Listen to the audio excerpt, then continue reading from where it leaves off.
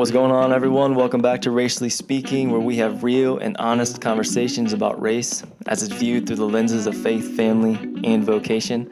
As always, I'm your host, David Phipps.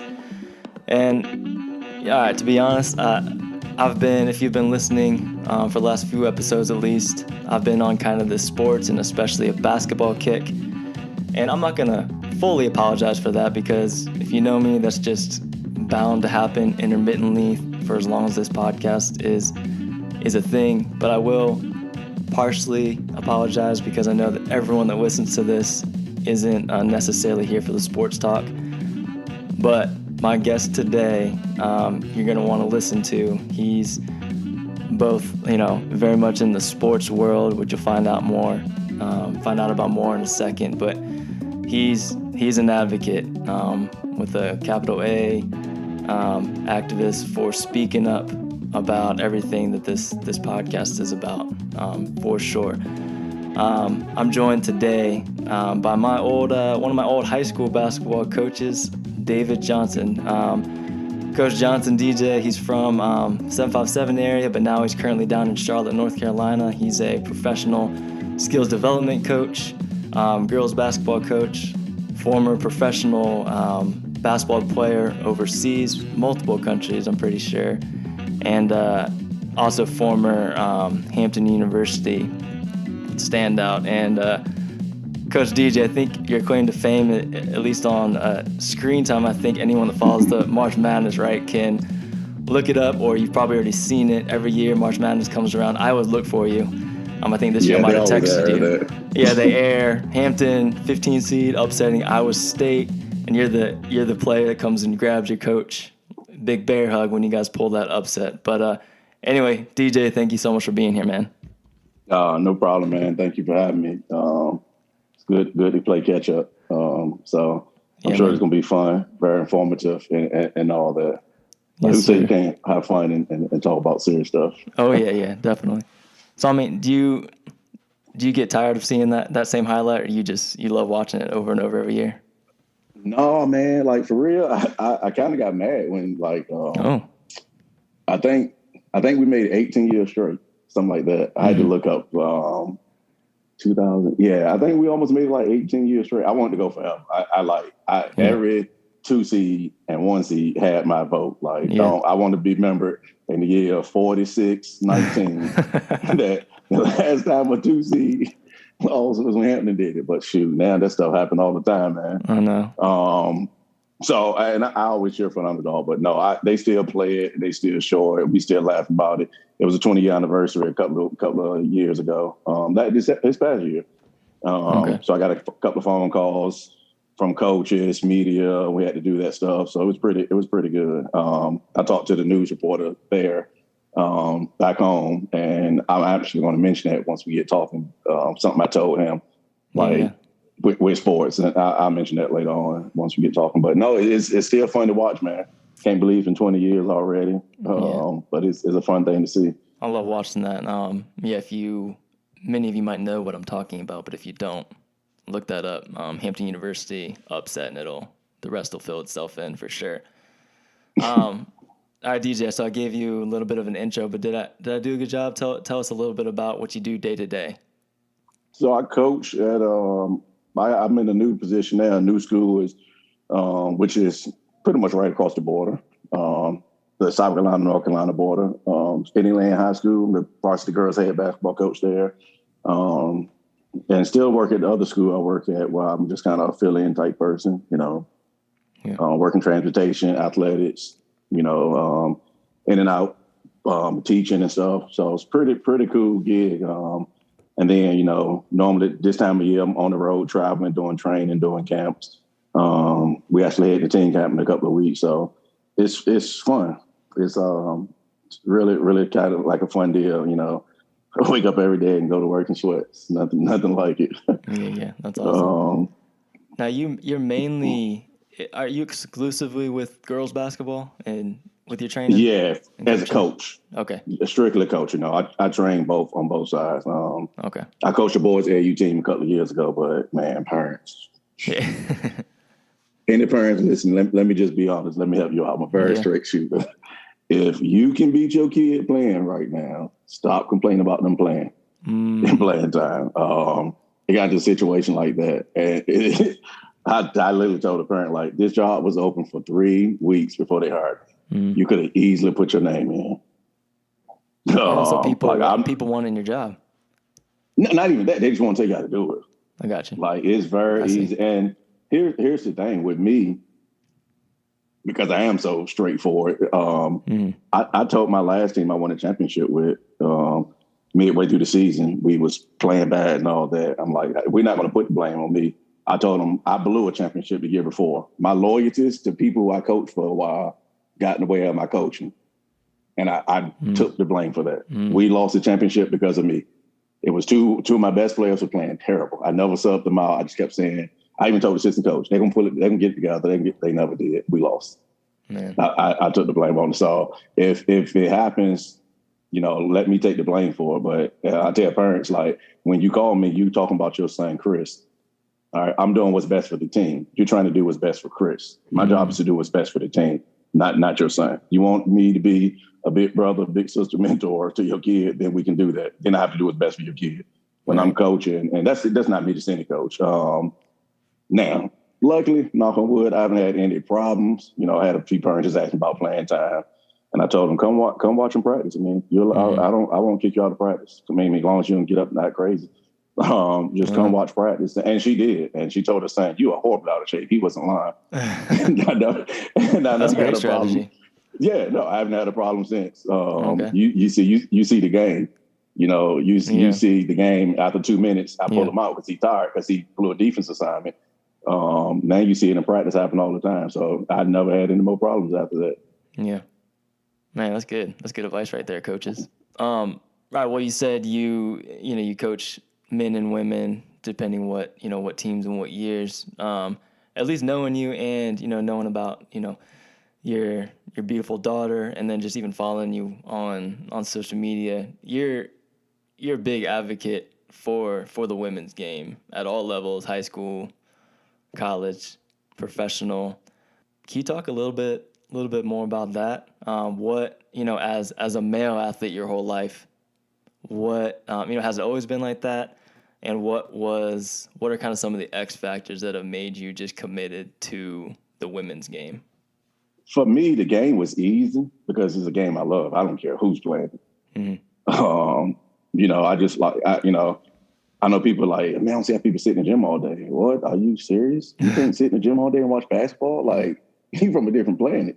I just love the game. And so the women's side of it is, I think, I don't know, by nature, man, having 6 sisters, I'm just, was always there to support them, kind of protective of them, having nieces and a daughter now. So for me, it was always, you gotta fight for women. That's the underdog. You got to fight for women. You got to stand with women. And to me, it goes back to, right versus wrong. The whole talk with the WNBA and making more than NBA, that's from a pocket standpoint. Like, I got a game on the background now. I just can see it. Sue Bird can't make more than LeBron. I know they did a little thing where she made this much, he made this much. I can't give you $35 million a year when we're not bringing that in as a team. Yeah. So from that standpoint, I get, but the whole thing that went down with the men's weight room at the tournament and the women's weight room, that's wrong. Yeah, that's wrong. That cannot happen. The whole thing that went down with, they're going to do this for the men's game. You have to do it for the women's game as well. I personally tell kids, I sit and watch film with guys of WNBA games, the clips I broke up. And they asked me why, because, you're watching the highlight. LeBron's going to jump over guys' heads. Right. Where Sue Bird can't do that. So she has to, do it to a way where I have to be more skilled. Right. I'm not saying LeBron's not skilled. And so it's a game I enjoy. And like I say, I think the advocate part goes back to having sisters and coaching females. I remember, you'll probably remember the story. You may have heard when I was at Norfolk Christian coaching. We was away for the state championship my first year. We had the hotel we was in kind of had like the parking deck was by our windows and stuff. and the girls had the blind. They said it wasn't open all the way, but you can see out. Some dude came and knocked on the door, and they left and them called me. And me and Coach Stone went out there, and I'm glad whoever was there left because we probably got arrested. I shouldn't say this on the podcast, but it's just that dude, don't bother my players. Well, who are you? I think somebody got locked out and wanted them, go down to the front desk. They're not opening the door. They're not coming to open no window. And so for me, it's always been a protective. Don't bother females. Don't. And in that example, maybe are you saying maybe the boys players wouldn't get treated like that? I'm not saying women can't stand up for themselves because that's not the message I'm trying to send. But right. I think from the standpoint of the weight room issue, no, the boys players would never get treated like that. Right. It's a thing where it's not that big, and so it's a female sport. It's not that big. I've never been that way. I enjoy sports. The school I'm at, I go watch field hockey games. My players that play for me. I made it to everybody besides one kid trapped me, but I think the other assistant coach made it because he stayed down the street. Okay. And I was still I'm still beating myself up for that I couldn't find time to make, her trap me. And that's what we try to do. I coach with two other guys, and we have two females, but we try to make their games and show them, hey, we stand with you. Yeah. I think the last game I coached, I wore a shirt that said "Put women's sports on TV." And so we made, I went to the soccer kids game. I went to the softball players game. So I just want them to know that, I see you have somebody in your corner that don't look like you. That don't mean I can't fight with you and try to, equality to me means just that. I was in the store and had that shirt on one time and never forget it in Harris Teeter's. And a guy was in the other aisle with me. And wife, and he had a kid, I would say maybe 9th, 10th grade. And so... What'd your shirt say? He's equality. It just said equality. Oh, okay. There. Black shirt, white letter, and said equality. And so he had said, I don't understand why y'all wearing that. People just want everything in this country and all that. And so I'm like, first of all, I'm trying to make groceries. You shouldn't be bothering me. I know you see these headphones about here. But I caught some of it. So I told him, people just immediately run to black and white. That's not what that word means. Mm-hmm. I told him, your kid is going to get snubbed for a job that she's rightfully earned because, Nick's friend Thomas went to college with him and he's going to look out for his boy, even though she's a female. I'm like, so for the word for me means just that, right versus wrong. And so it's incidents like that, I want my voice to be heard, and I want my players to know that no one's going to mistreat you, not without hearing from me. We're gonna do this thing together. We're gonna create some change together. And I enjoy watching sports. Like I say, I enjoy watching female sports. Part of it, I tell the young girls, part of it, you all have to support your own. And they get mad at me for saying that. And then a couple of them say, yeah, he's right. I told them, how many softball games you go out to? Y'all go pack the stands for football game. You go pack the stands for basketball game. No one watching the softball game. No one watching the field hockey game. Yeah. You gotta support your own. Yeah. And when you start doing that, it'll grow. So, yeah, and I'll just say, because you're not gonna say this by yourself, but you've been doing that, like you say, in your whole life. I think now it can even be not easy, but easier now because in the last couple of years, I feel like we're in the age of awareness, and it can almost be the cool thing to do now. I started to watch WNBA, so I'm an advocate now, which, that's a great step, but man, you've been doing this for your whole life. So I think more than anybody, as a male, what it looks like to go about this. You said something about putting women's sports on TV, and, I had on a few episodes, my friend Alethea, who played college ball too, and she had, so many good things to say, and that aligns really with what she said, that so much of it is in advertising. And yeah, she agreed, I think, with what you said. It's not a matter of let's just, make the pay equal overnight. I mean, if we could, sure, most of us would want to do that, but, we can't just find $200 million to give to all the WNBA players, but we can give equal quality space, weight rooms. Oh, yeah. We can advertise and get the games on prime time on TV. Yep. And we can advocate for the sports themselves. And I mean, what you said to me is, I think the relatability of Even let's just talk about the WNBA. Really, the relatability as far as playing basketball and the fundamentals. And I told, my friend Alethea, I'm not going to pretend like I'm a big WNBA watcher and have done that for a long time. I'm not going to say that. But when I have watched women's games, I'm like, man, this is like, I should emulate them. I should have been emulating them my whole life because they're more, that's how I would have to play to do anything. I can't be LeBron. I can't be you. I can't throw it down. I tell girls that I'm working with a 6th grader now. And you watched your son's game to watch LeBron and the other day? Right. No, I was watching Chicago Sky play the LA Sparks. You should be doing the same thing. You're 5'4". You're never going to be able to dunk like LeBron James. And of course, the only highlight I've seen recently, I'm not saying, I watched a ton, but WNBA highlight came up on my feed and it was Brittany Griner dunking. And I'm like, that's the one, of course, we show the one women's dunk that, that happened, but all these other games. And yeah, man. No, I tell you how much so much more WNBA. The only playoff game I watched so far this year, because it's happening. So I don't know if you noticed, the league minimum now, your friend may have told you this, for WNBA is 105,000. That's so, and that's a big jump. So so every WNBA player is making a minimum of 6 figures, I think. So more games on TV. Like I'm flipping from one channel to, I used to get the league pass to watch my friend, the friends I know playing there, but now it's just so much more on TV. Yeah. And so the only NBA playoff game I currently watch, I think it was the game LeBron and them lost to the Suns. Yeah, I think that might be on in a couple hours or in an hour. They might lose another one. Yeah, I don't think they win it all this year. But I was curious how they look with him back, AD back. But everyone hasn't been healthy. They haven't been playing. But other than that, it's been all WNBA for me. I've been watching. I enjoyed the game. I've been watching that and women's college softball. Okay. Yeah, so it's been fun to watch.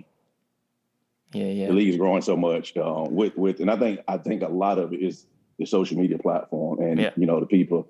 The LeBron's advocating for him. A lot of the NBA guys now. I remember last year, I think when the Washington Mystics won, a lot of the Wizards players didn't travel with the team. They stayed back and watched the game. It was a closeout game. Wanted to go home. Game 5 for the championship, and a lot of Bill was there. John Wall was there. A lot of them was like, "Hey, we'll fly up tomorrow. We want to stay here and support the women." Yeah. So with social media and with these platforms, I think it's starting to take off, which is good to see. Again, to me, equality don't mean, you shouldn't not like a black person, should not like a white person. It means just that, again, the pay can't be the same just because of what's coming in, what's going out. But it's no way that some of the other stuff can't be the same. There's no way you have a, block long weight room.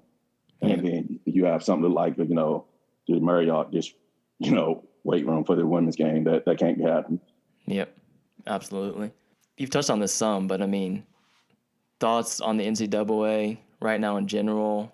Do you have thoughts on it comes up every year, but athletes being paid, and any more thoughts on concrete things that need to change that, like you said, I mean, there's some things we can't just do right now, but things that are just like, this got to change now as far as inequity goes, or maybe just athletes in general.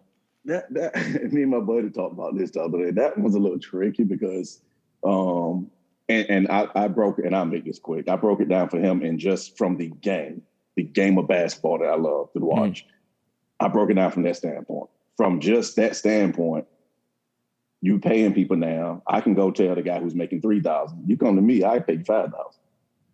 You think an 18-year-old gonna leave and jump? Probably so. So from the game standpoint. You mean like jumping program to program? Yes. Okay. Man, forget Coach K. I'm going to play for Coach Calipari. He's gonna give me $8,000 and he can put me in the game. From that standpoint of that being a possibility, it's like I'm on the fence. But I think something should be done where they should be compensated. And even you just said it, and this is going to be a long, drawn out topic for years to come. Even you just make it some base salary. Well, everyone get $5,000, everyone get $8,000, everyone get $2,000. I was going to say, couldn't they do some kind of I don't know, tiers or, like a Duke and a Kentucky would end up being able to pay players the same amount so they couldn't just jump like, free agency or something. Yeah, I don't know. I'm sure Yeah. there's so much about it that I don't And see, understand for sure. a lot of people, I heard people say, they getting the free education, this is this. That's also true. But I know somebody who went to, I think, NC State. I think his scholarship was worth, when he finished up with $3,000. Well, when NC State names show up to make the NCAA tournament, the school get $250,000. Right. I was gonna say it's not the same. Scholarship's not the same. So just from y'all making the tournament, you just you just got $250,000 like that. You get more every round you go. So what y'all paying out is not like, I tell people, like, you're saying that because you're not into college sports, you don't know. I get both sides of it, and I talk about this with friends every day. I don't have a definite answer on that, but I think something should change and would change as far as pay, because they make tons. I know Michigan football pays for every sport at Michigan. It was sad to see some of the sports get cut because of COVID. Yeah. That was, I think, I want to say it was East Carolina who still honored they lost the program, but they still honored all their kids' scholarships, which I was happy to see that. Okay, yeah. But that was also sad to see that, programs got cut because of that. So it's tricky. I don't know what's going to happen with it. We'll see where it goes here in the future, but I think something definitely will come up and change with it. Something that I thought was a little bit relatable. I'm in little Radford. I went to Radford, and back in the day we were good. Like, we made the tournament and stuff, and we had one. I won't throw his name out there right now, but one really, really, really good player.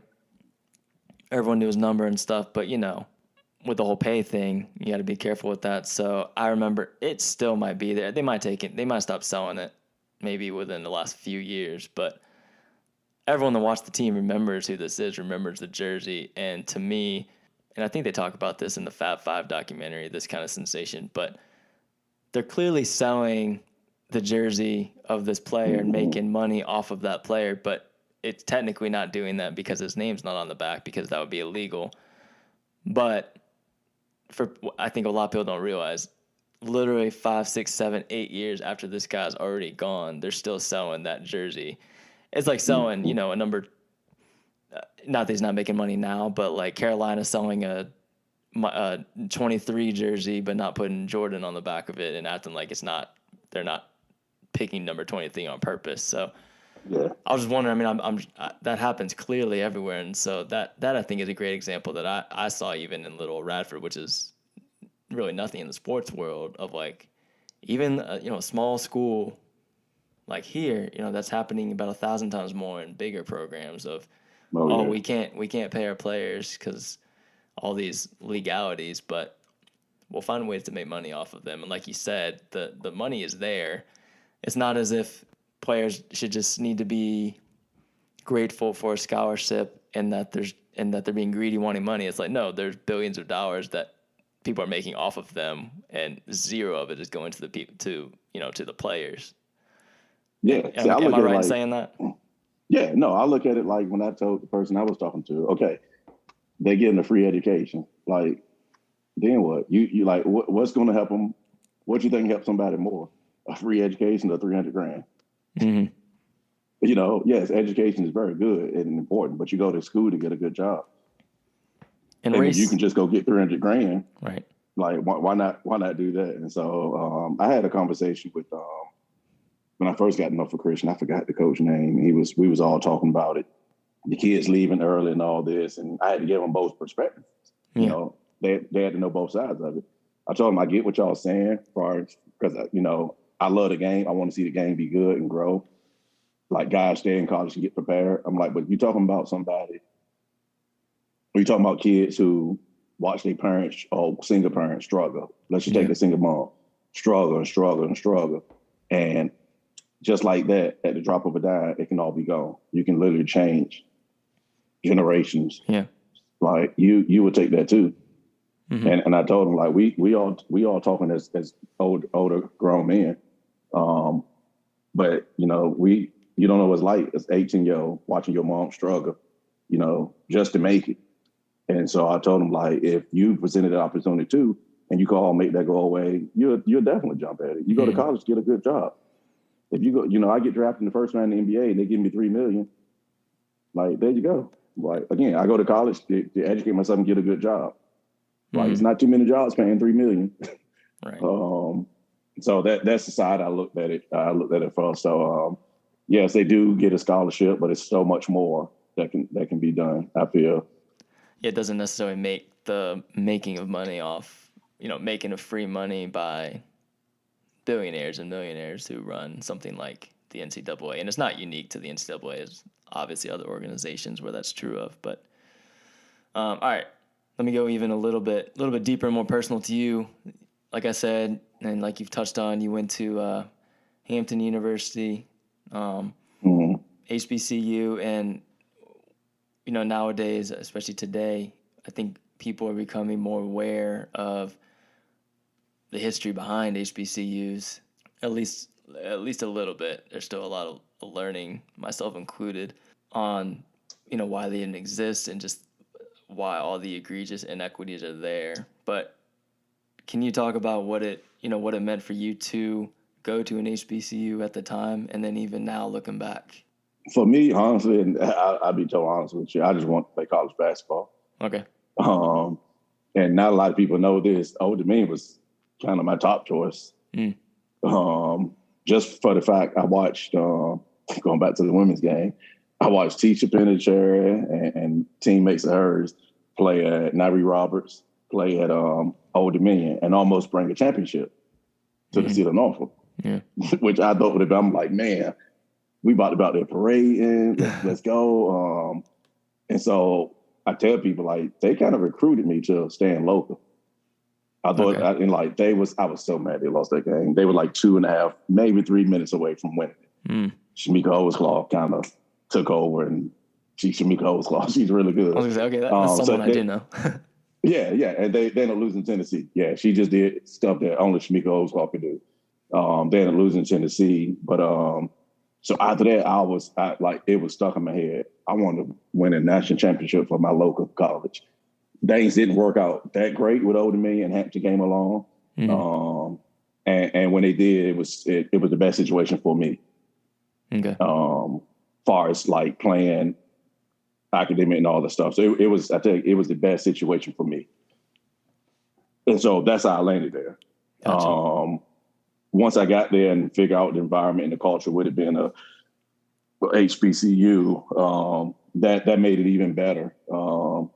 It was a fun experiment. I mean, just to do it with your people, your community. That's something I always enjoyed. The fraternities, the sororities, step shows, all that stuff is something I always enjoyed. But time back into sports a little bit with, the culture of what we're in now. One of the most memorable moments for me was playing that tournament that you talked about out in the boys.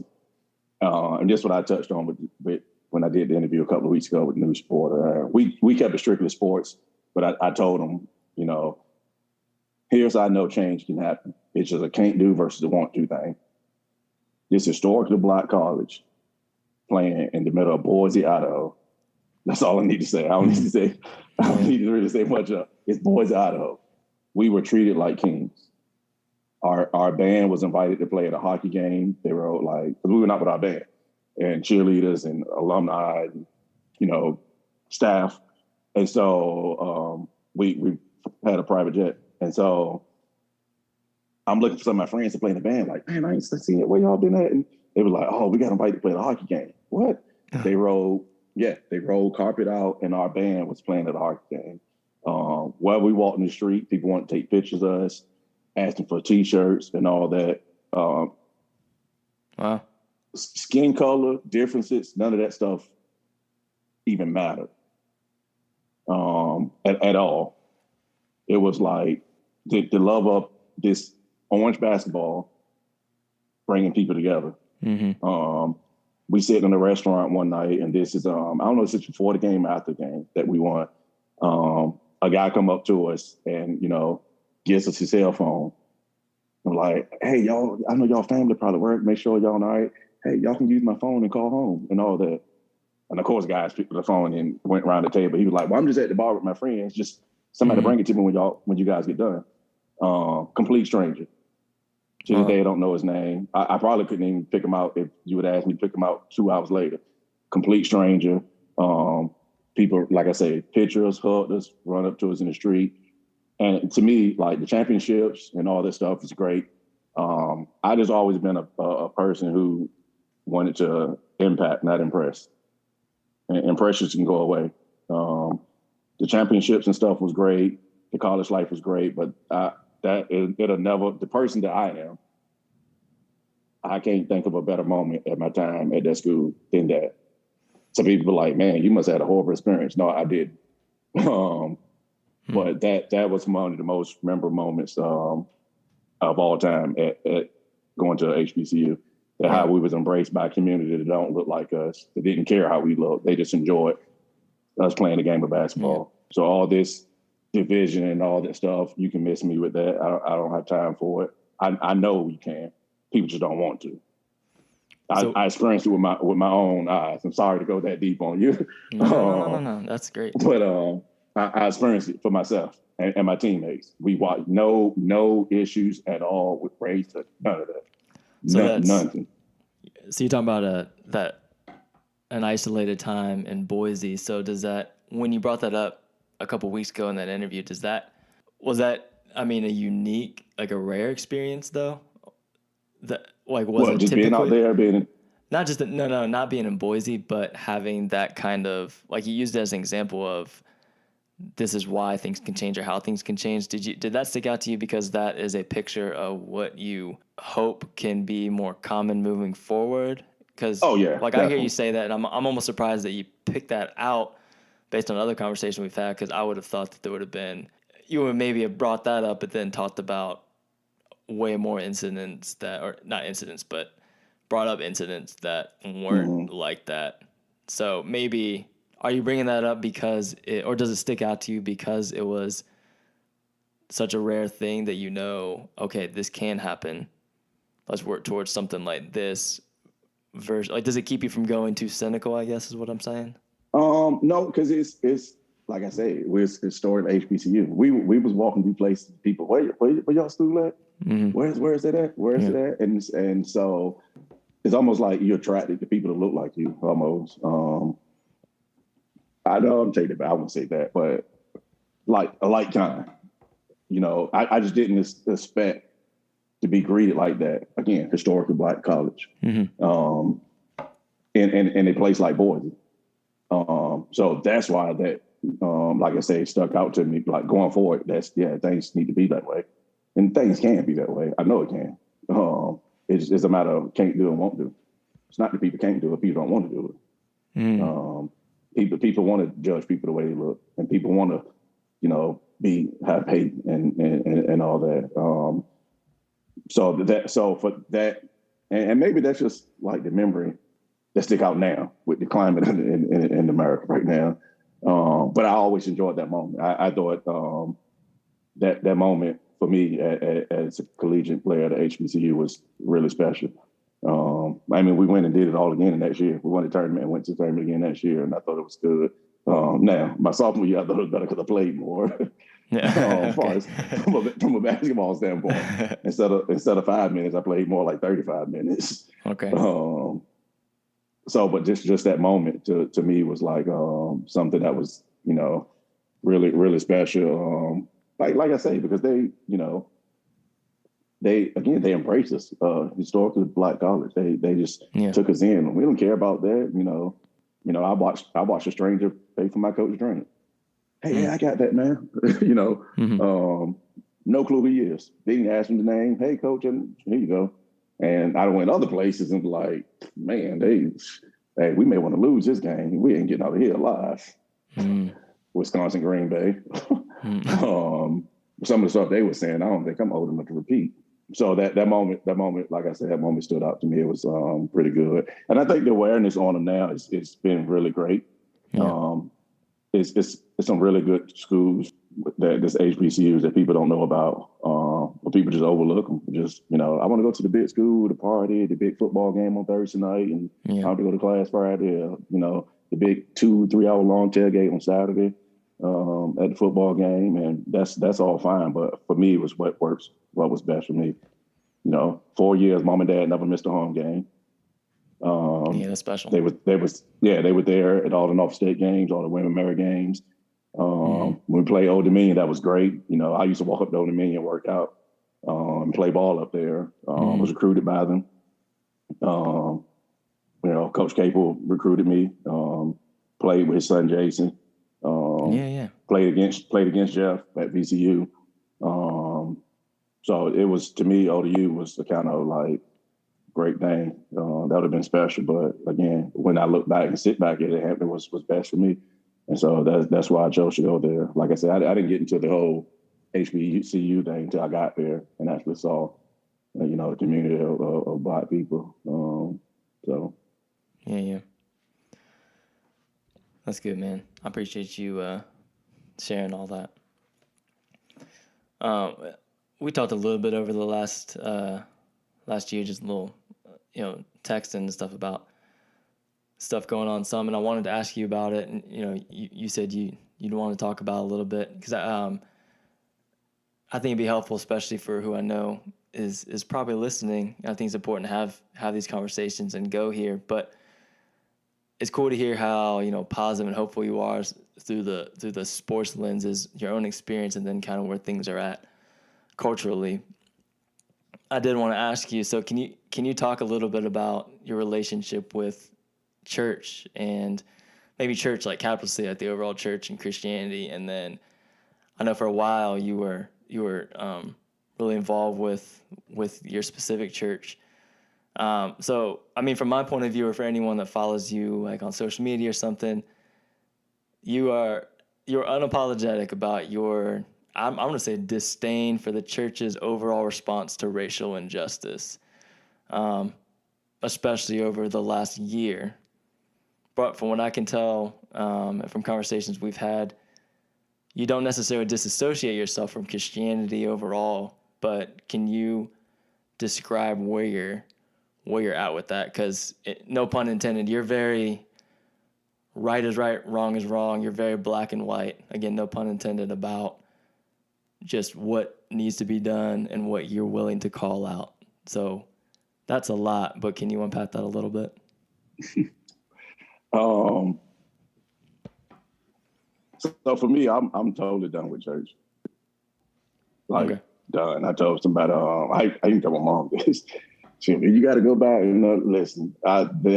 David Johnson would never walk into a church again, not with breath in his body. I have no interest whatsoever. No, I don't care whose it is. You invite me is a waste of time. I'm totally done with it. And be honest with you, at first I thought you said down. You said done. No, done. Like, okay. No.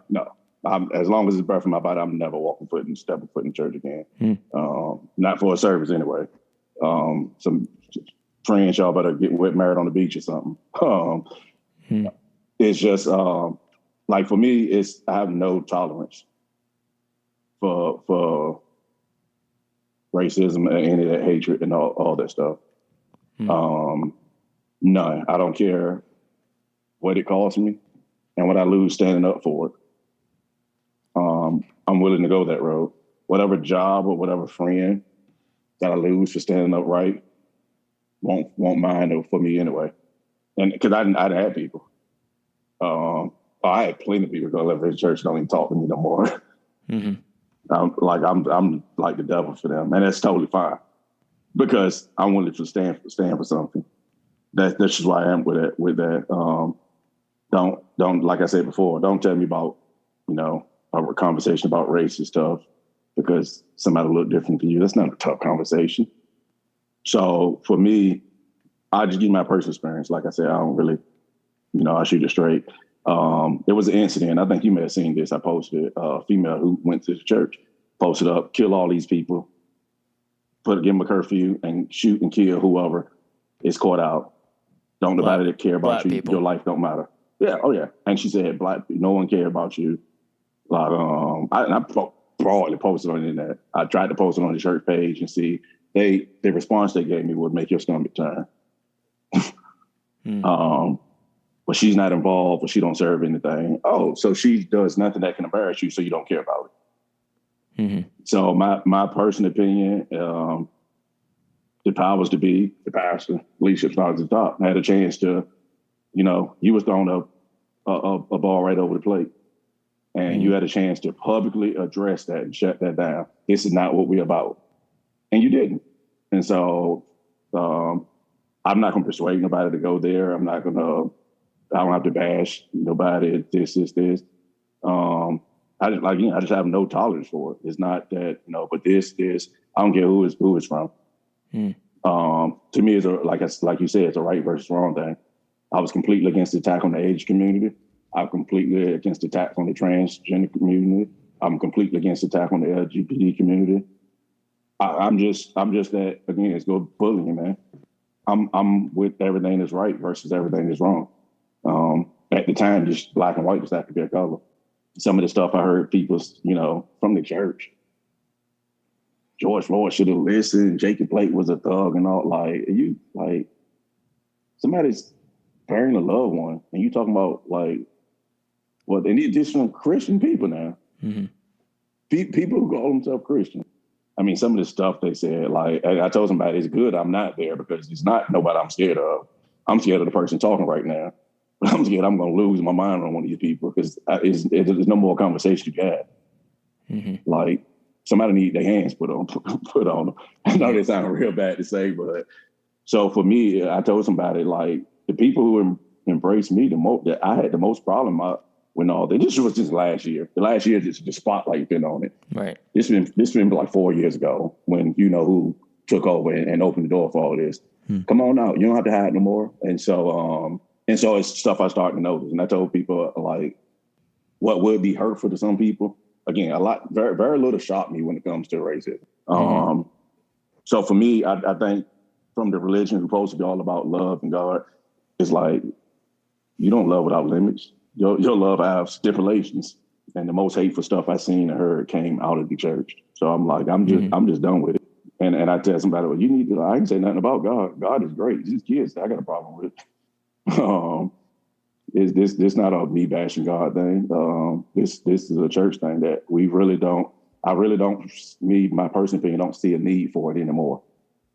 If change is going to come out, if you've been going to church for 10 years and you still don't know God is good, then I don't know what to tell you. That probably sounds harsh, and I hope you don't lose no listeners because of this crazy dude up here talking. But that's important.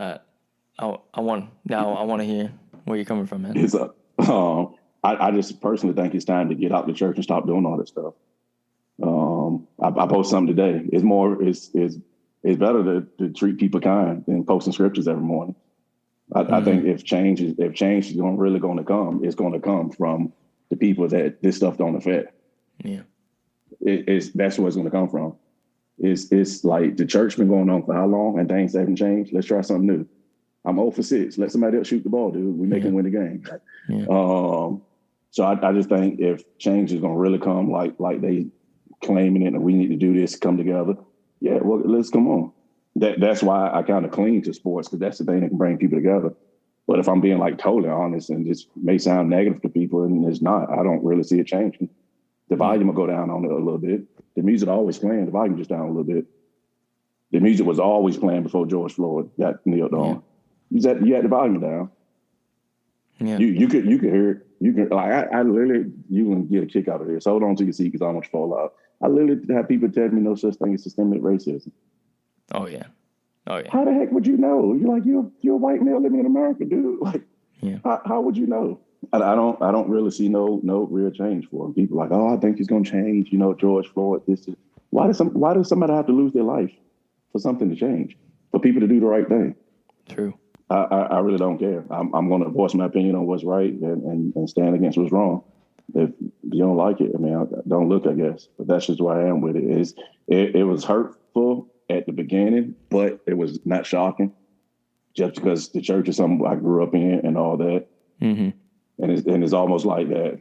Wow, have I been blinded the whole time? I was beating myself up because I'm mad. It took racism to kind of unfold to make me, realize or get sick of it myself. But just and it's just plenty of stuff I can unpack and tell you. Sure. Just let me know if you want to, but whole bunch of different incidents. But no, I get people who sits in church and hold titles, saying some of the most crazy, hurtful things to people, out of this world. This man got kneeled on. Go ahead. For over 8 minutes. And you talking about what he did. But that ain't how he died. It don't matter. This man's daughter can forever get on the phone and watch her dad be killed. Yeah. I don't care how.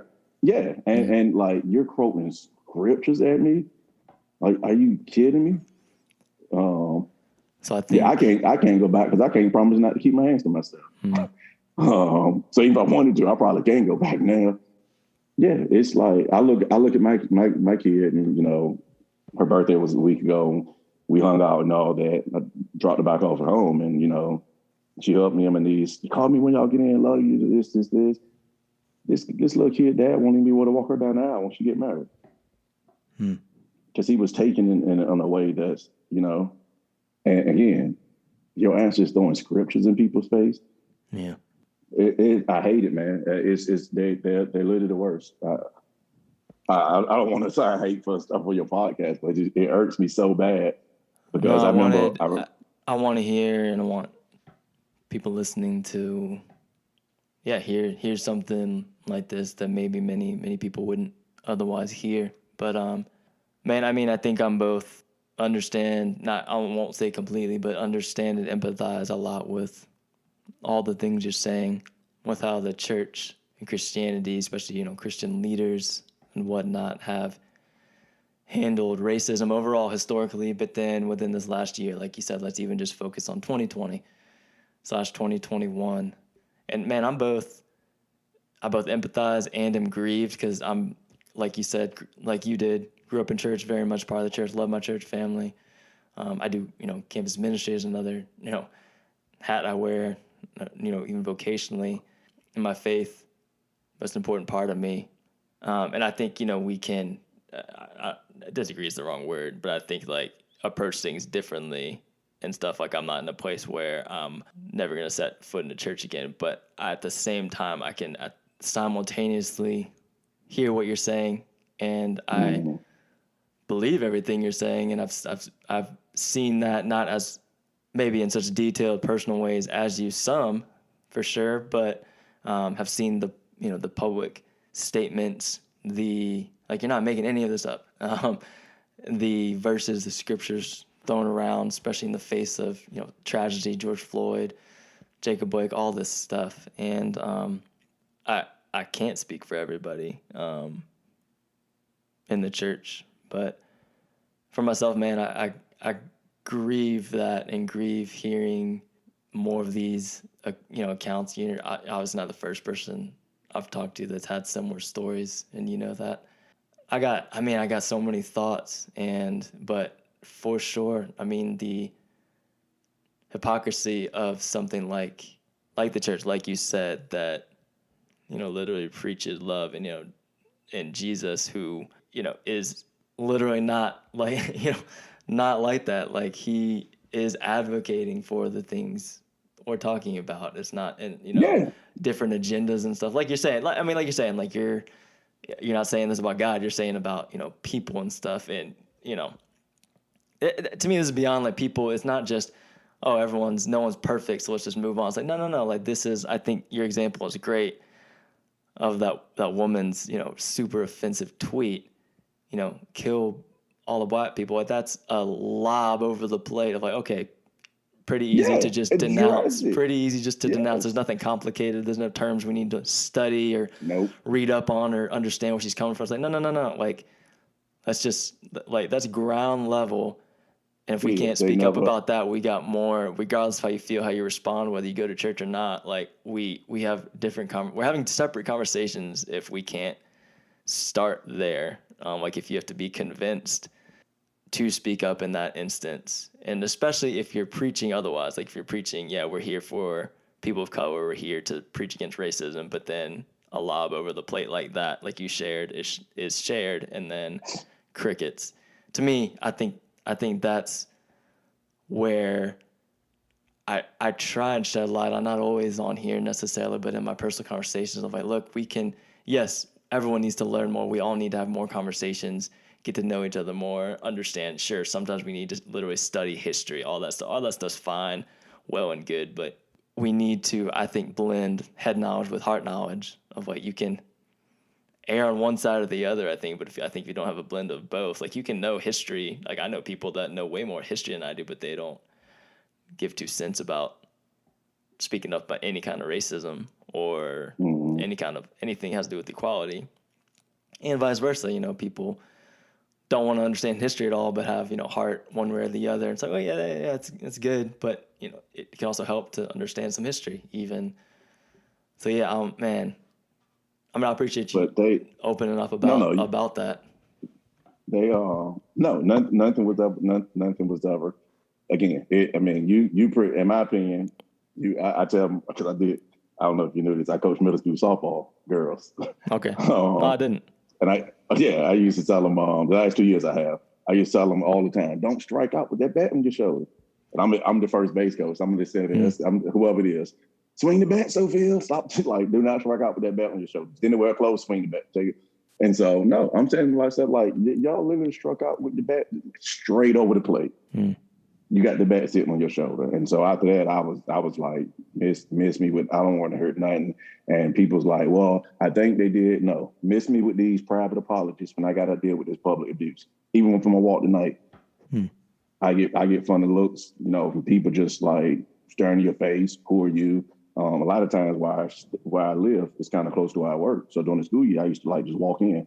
I know if I had like a busy day, got to do this, got to do this, and probably won't get around to interrupt the day for a workout.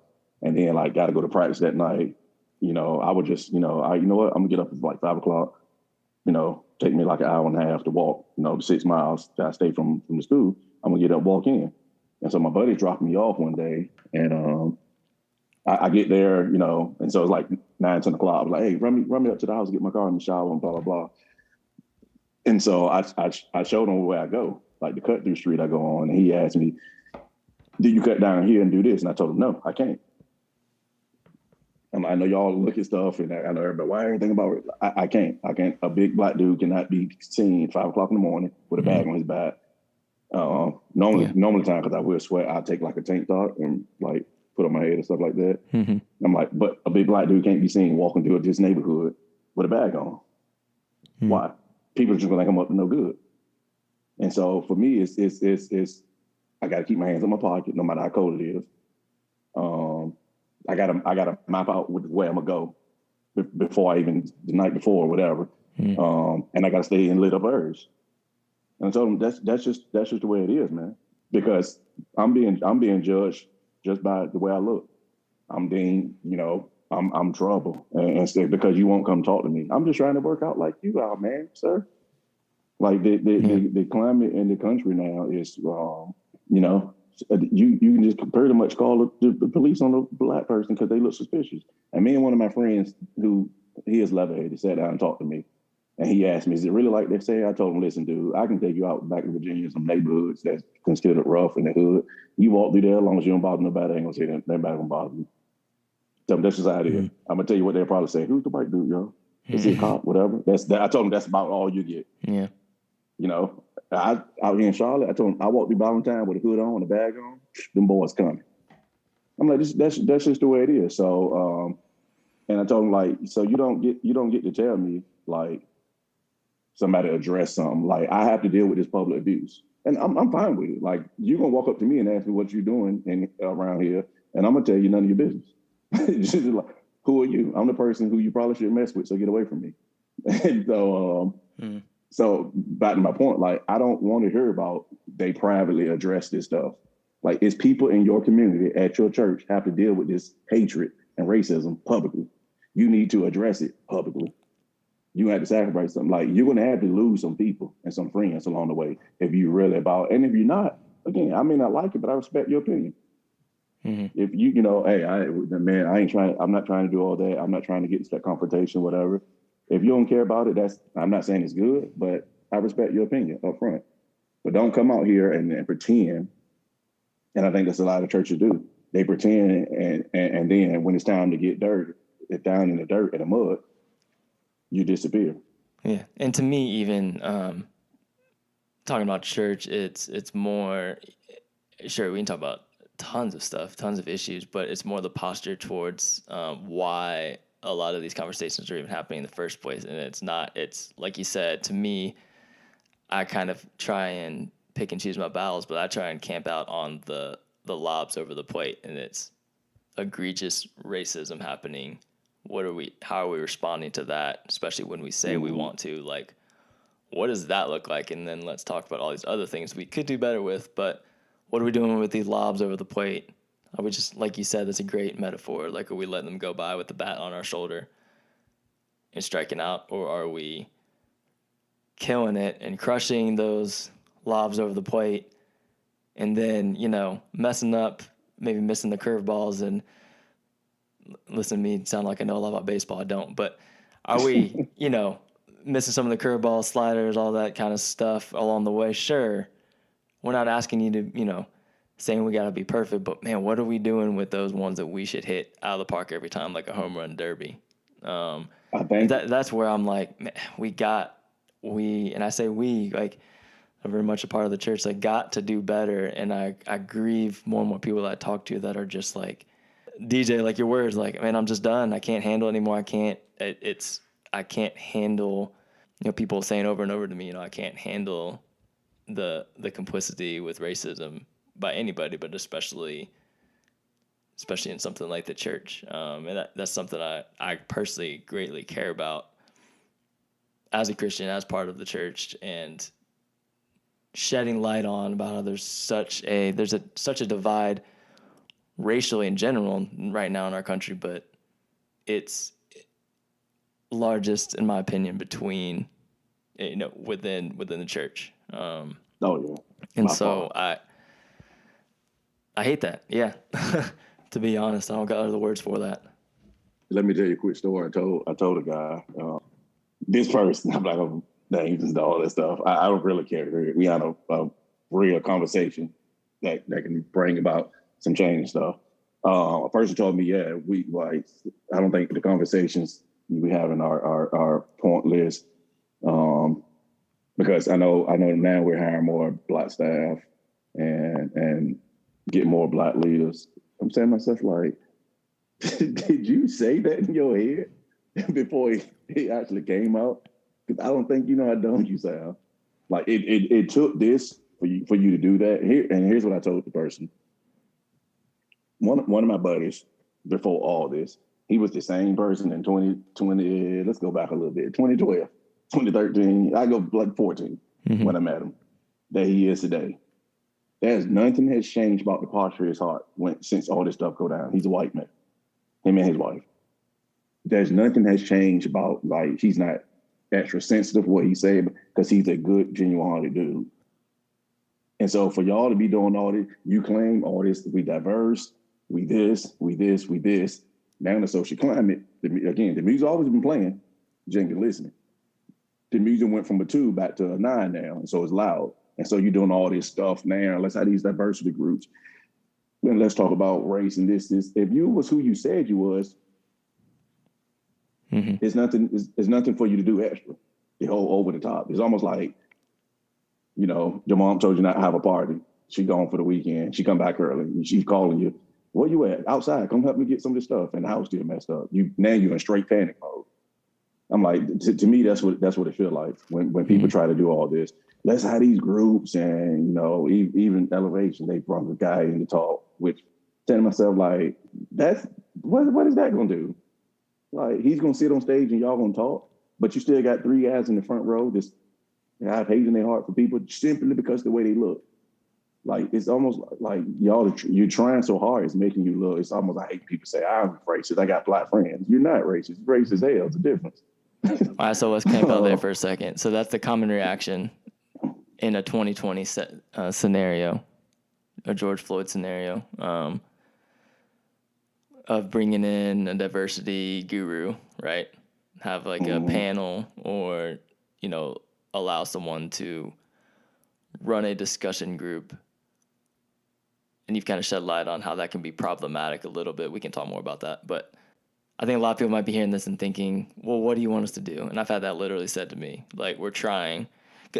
Genuine people thinking that is enough, like, well, what do you want to do? Like, we're trying, we're really terrible at this. Like, what do you want us to do? Nothing. Or you're either asking us to be perfect or you want us to do nothing. So what do you say to that? Because I've been caught off guard a couple of times. People being like, well, what do you want us to do? And I find myself, and this is another thing that people of color are consistently, especially in the church, confronted with, is having to explain, and educate everybody. Sometimes it's fine, but this is another, problematic scenario where it's like, I shouldn't have to explain all this, but, sometimes I will, sometimes I'm just tired of it anyway. So maybe live in a fantasy world for a second. Like, what would you have your church have done or do now, maybe moving forward? Like, is there anything, I'm not trying to get you to think any one way, but is there something, like, in an ideal world, is there something that would get you back in the, in the church, or would have kept you there if they had not, done what they did? No, as far as getting back, but I will address what you say. That ship is sailed.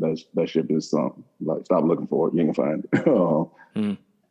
it. But it's not church. I find it in other institutions too. And so, like, it goes back to my friend, man. Like, he didn't have to change anything. It's like, stop saying this who you are if it's really not. When it takes somebody being kneeled on for you to amp it up. I had surgery a couple of years ago. Let me look at this thing. It's in the back of my thing. 2019, my thing is out, right? And so, and the doctor told me at the end, he was like, it makes you feeling better. Like, you're really healthy. You're perfect Bill of health person. So, but if he would have told me, man, like, you need to take care of yourself a little bit. It wasn't no panic mode, because I physically and eat well and sleep well and try to work out to keep myself. So a sort of bad report wouldn't have sent me into frenzy mode. Like, okay, straight out of surgery, I'm going to run 10 miles. This, like, because this is like the way I carry myself. So I think with trying to do all the extra, it's kind of trying to act like that. It's almost like, hey, you and your wife come over for dinner, man, but hey, be really careful. Don't spill nothing on my white coffee. Well, if you try to keep being careful, you eventually gonna spill something because you're trying to be too careful, right? So I feel a lot of times the churches and other institutions are just trying too hard, and it ain't genuine. Yeah, you can spot it when it ain't genuine. Like, you can. Yeah, I seen a funny T-shirt somebody was wearing the other day, and I was like, I gotta get one of those. This is like, it said something like, my mouth won't say nothing. My face will give it away. So it's something along that line. So it's almost like, look how uncomfortable people look just talking about it. Yeah. Just I agree wholeheartedly. So what do people do? Is there hope? Just be kind. Okay. Is there hope for people? It is simple. And that's when you say you get people ask you what you want me to do, and people call you, it is complex problems out of simplest solutions. Be kind. It is that simple. We don't have to think the same. We don't have to look the same. Be kind. I'll never forget it. Years ago, I probably was in high school, college, whatever. Oprah had a show on, and this guy, black guy, went and saved this white couple with a Confederate flag out their house, and it was burning. And the guy cried the whole time because he came out and he was taught to hate black people. Something along that line or something like that. And Oprah asked the guy, what made you run in there? He was like, what do you mean? I saw a house on fire. I want to make sure somebody was all right. But they had to conflate. What did this mean to you, knowing the Confederate flag was out front and all this? And the guy didn't care. This seems like a complex problem. It has the simplest solution, people. Be kind to other people. Who cares what you look like? Who cares how you love? Who cares who you love? Who cares what you're about? Be kind to people. It is that simple. If you be kind to people, you will see change. You don't have to hate somebody because of the way they live. You don't want to associate yourself with somebody because of political belief. Be kind. I was out running when the pandemic came out and all this stuff, and just judging the book by its cover, and I probably shouldn't because I'm not really like that. I seen a guy, bearded guy, USA bandana on, kind of running and struggling. Couldn't point the guy out in the lineup if my life depended on it. I just put my fist out. You got it. Thanks, brother. Yeah. That guy can come knock on my door right now. They have no clue who he is. No, couldn't pick. And I'm pretty good with seeing faces and that. Just be kind. It is that simple. It is not some hard recipe. What do you want me to do? We want you to be kind to people. Yeah. Stand up against people who are not kind. It is not a hard thing to do. That's good. If you are really, again, change going to cause you to lose something. But I don't feel no one, you know, I remember the video when Steven Jackson had George Floyd's daughter on the internet, and she was like, "Daddy changed the world." Why did he have to lose his life to change? Because I told my friend, if he slams him, he does some wrestling move on him and put him on the ground, he could have put him in the figure 4 leg lock. If he gets off the man's neck and throw him in the car, he could have punched him in the ribs. Like, the problem was what he did. He nonchalantly said, so when you probably haven't seen me coach in a while, but I never really liked the posture like this. You can see it. People probably can't see it, man. You can see each other where your arms are folded. So my kind of chill, nonchalant look is my hands in my pocket, especially when I'm coaching. I just stand there sometimes and just hands in the pocket, chilling with it. I don't stand with my hands in my pocket again because I couldn't get that image out my face of that dude. I couldn't get out my mind of him sitting in the man in this position. I consider the most chilling, comfortable, nonchalant, relaxed position ever. I couldn't get the image of that guy. And you throwing some Bible verses at me, now I take that Bible and smack you in the face with it. I'm sorry, audience. I know it was a little extreme, but be kind to people, man. Yeah. It's not a hard diversity pounder. We got to do this. We got to do it. No, you have to be kind to your neighbor. Church people, love your neighbor. Yeah, the God panel, loves unconditionally. Right. The panel and discussion groups aren't in and of themselves bad, but they shouldn't be the first and only thing. They should be, I think, maybe a normal thing that's happening all the time, whether someone's being murdered on TV for all the world to see or not. They should be happening all the time under the umbrella of what you're saying. I'd say a culture cultivated by being kind of in that order. I think, yeah. The church and, like you said, plenty of other organizations just get it wrong, and that's why you have so many organizations having deer in the headlights looks when money's on the table and you got to make a change or else. That's good, man. I love this, checks, man. Yeah, I love the simple advice. Be kind. Oh man, I'm creeping up on hour 45 again. I'm in a bad habit. A few episodes in a row. But I appreciate you, man. But I got to continue, especially with you, my ending segment, rapid fire, and this is all basketball for you. It's usually what's that? It can be whatever. It's usually basketball because I got to live vicariously through. I guess that's not the right word, but I gotta get my basketball trivia out of me somehow on here. I tweaked some for my last episode with my wife, Caitlin, but you're good for this. NBA and WNBA. Are you ready? A little bit rapid fire. Yeah. All right. Just straight up, who's the GOAT NBAer? It's rapid, so I'm gonna say it quick. I can't give it to LeBron over Jordan because Jordan played the tougher era. So I'm for that reason I'm always gonna give it to Jordan. LeBron's a better all around basketball player in my opinion. But are you saying LeBron's Jordan too? Yeah, man, he a different beast. Just him and Kobe close too, man. That's a close too. All right. I like it. Just the GOAT athlete of all time, any sport. Man, it's funny because my buddy would have asked me that on Instagram Live. That's tough, man. I can go with Serena. I can go with Lance Armstrong. Lance Armstrong. I'm surprised to hear that. I'm not surprised about Serena, but yeah, Lance. I look at Lance Armstrong. I know people say he took steroids.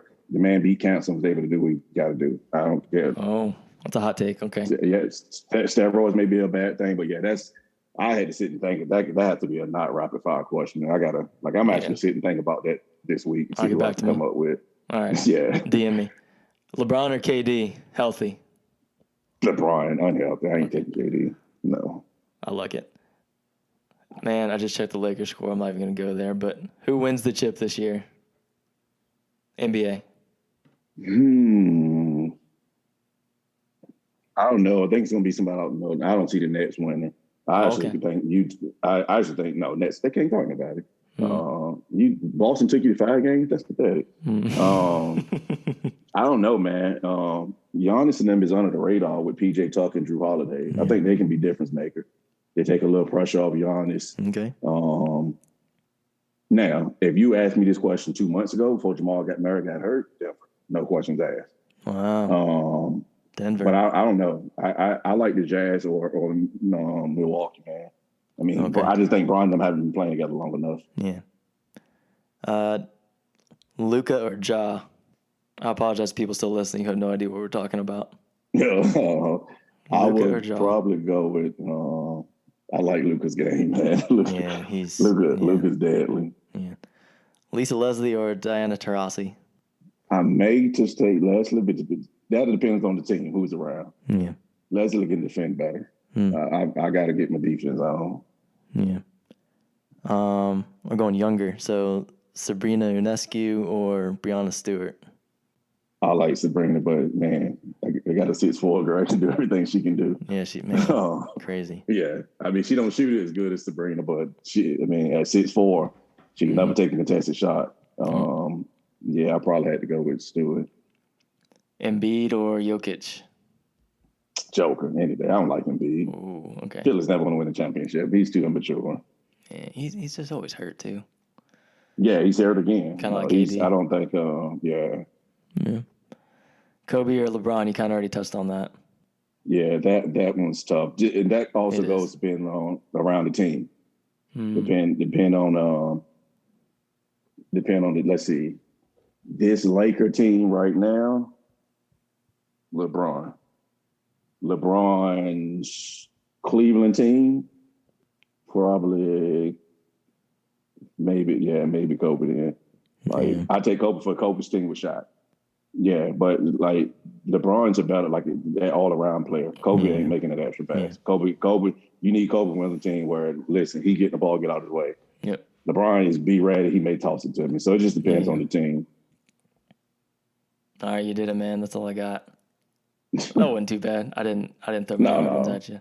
No, I'm not today. Yeah, I've been asked a few times about that greatest athlete of all time. I mean, think about it. You got to put Bo Jackson up there, what he was able to do in 2 sports. Yeah, man, the main thing I think about Bo Jackson is his hip injury, which I suffered a similar one in high school. Yeah, so he we're kindred souls. He definitely got to be up there. And then I just don't want to think from a standpoint of a male only. It's female athletes that have done some amazing stuff too. How can you not put Phelps up there? Yeah. What he's But for women, you got to have Serena. You can't have any conversation without Serena and Simone Biles at this point. Yeah, you got to put that conversation. Even going back way younger. I mean, Dominique Dawes was just as good in her time. Yeah.